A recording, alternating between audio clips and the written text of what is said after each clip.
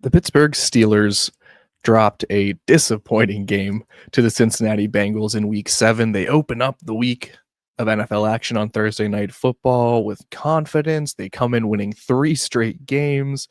Well-earned confidence, if you ask me, and that confidence quickly is erased as they lose and fizzle out in the most disappointing of ways to 40-year-old Joe Flacco and those pesky Cincinnati Bengals. Okay, not what I expected, not what my counterpart Noah expected on our Steelers talk. We were pretty adamant that this would be a game that did not qualify for a trap game, but boy, oh boy, the trap game came rearing its ugly head for the Pittsburgh Steelers, for Mike Tomlin and company. And let's talk about it a little bit here. The team is still 4-2, and they're on top of the AFC North division. They had the chance to really storm out to a commanding lead early here in the season, but alas, that's not the case. The team went from possibly Super Bowl contenders to, are they 100% for real? Are they 100% serious? And all in the span of 24 hours, the confidence has drastically and dramatically shifted. And I have to say, after watching a little bit of the game back again, it was the first 3 defensive plays for the Pittsburgh Steelers that I think told the story of what was to come for that game and kind of what started this spiral of a night for the Pittsburgh Steelers.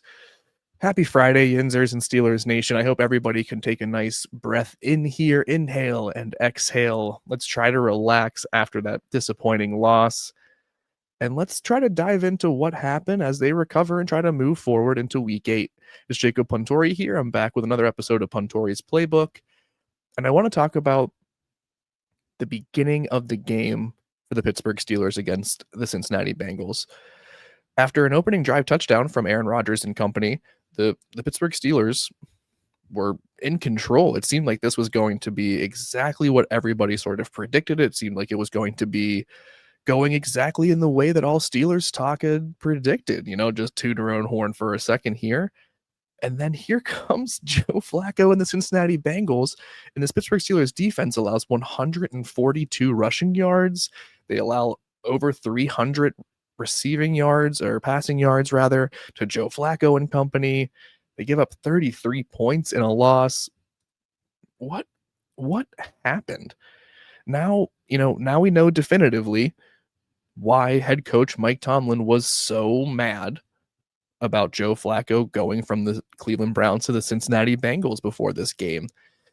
And believe me, there were some very not nice things said about this move and the reasoning perhaps behind why the Cleveland Browns were doing this. But in hindsight, it seems very clear that what was once, overconfidence from Mike Tomlin when he was firing off those comments about Andrew Berry and the Cleveland Browns before the game might have been a little bit of overcompensating for what we all know now is a legitimate fear against Joe Flacco and what he does against the Pittsburgh Steelers. And this Thursday Night Football game, the Steelers really, they were supposed to lose based off of history. They had a losing record against AFC North opponents. They hadn't won a single game against AFC North opponents on Thursday Night Football. They had a losing record in general on Thursday Night Football under Mike Tomlin, and they were 11-11 going against Joe Flacco heading into this game.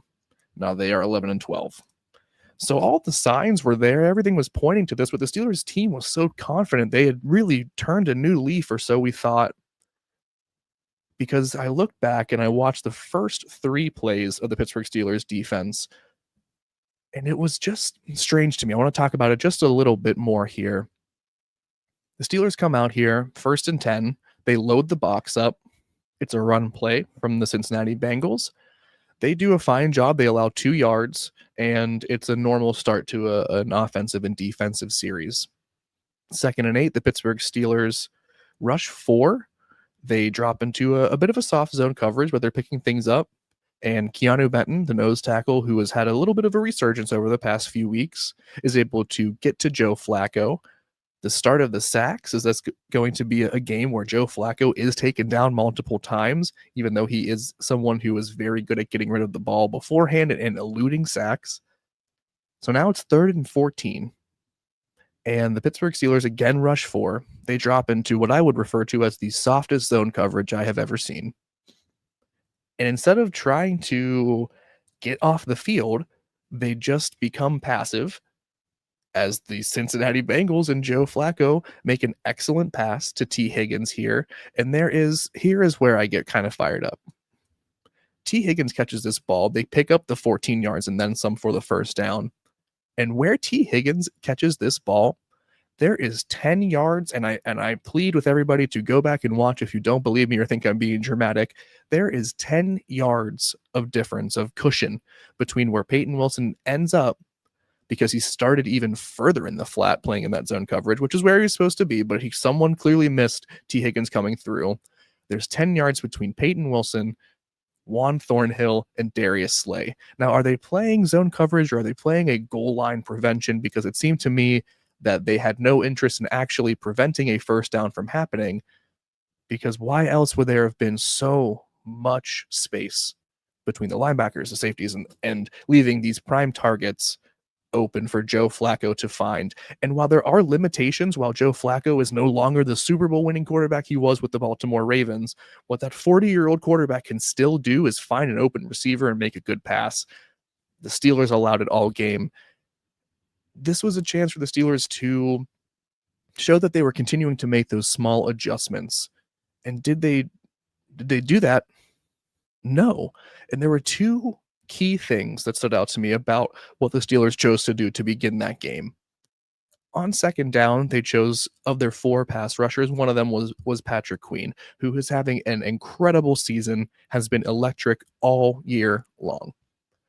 They rush Patrick Queen, and the confusion that creates, especially on a second down and 8 in a very sort of hybrid situation between passing and running, Patrick Queen is able to cause a little bit of confusion. He's also able to occupy a lineman on his way in, which then creates this one-on-one opportunity for Keanu Benton, and we see how that pays off, right? He's able to get the sack.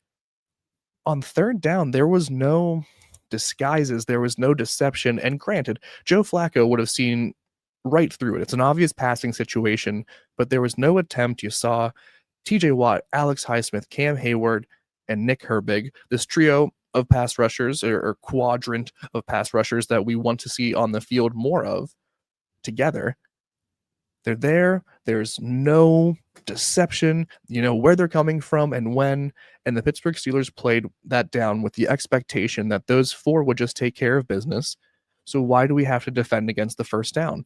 And it just is the most infuriating thing, because the Bengals were expecting that to happen. They said so after the game, and they had a game plan for it. And why were the Steelers so overconfident that having just your 4 very talented and best pass rushers lining up and just getting after it with nothing else to do behind them is going to be enough?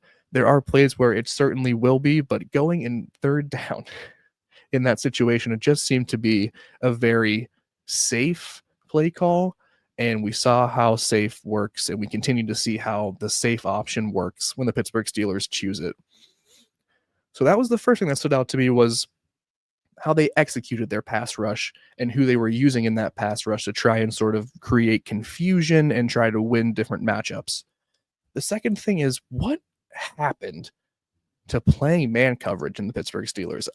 I do not understand, why did they bring in Jalen Ramsey and Darius Slay to pair with Joey Porter Jr. to have these dogs of a divisional defense, and they were brought in specifically to go up against the Jamar Chases, the T. Higgins, to go up against the Baltimore Ravens and to find an answer in the AFC. What's up, AST Nation? I've teamed up with DraftKings. The next great touchdown is coming. You can bet on it. And the best way to do so is through DraftKings Sportsbook, where new customers who bet $5 get $300 in bonus bets plus 3 months of NBA League Pass. That means new customers turn $5 into $300 if your bet wins in bonus bets. The crown is yours. Love the thrill of live betting? DraftKings has got you covered. Bet live on in-progress games right as they happen. Then use your bonus bets to stay in on the action and bet DraftKings same-game parlays for a shot at an even bigger payout. And don't worry, if sports betting is not yet available in your state, you're fine. you can still join in on all of the fun with DraftKings daily fantasy sports and have the shot to win cash prizes. New customers who bet $5 get $300 in bonus bets and 3 months of NBA League Pass if your bet wins. Sign up using my promo code ALLSteelers and get in on the action. Only at DraftKings Sportsbook. Why? Someone please explain this to me. Why did the Pittsburgh Steelers then choose to play zone coverage in almost every important passing situation? Is it that the players that they raised and predicted would be the leaders of the man coverage renaissance in Pittsburgh? Is it because they cannot do it? They are penalized a lot, and we did see Jalen Ramsey when he was going one-on-one against Jamar Chase or T. Higgins. It was not the best performance from the former All-Pro. There are lots of ways in which Jalen Ramsey has looked excellent and like a defensive player of the year candidate.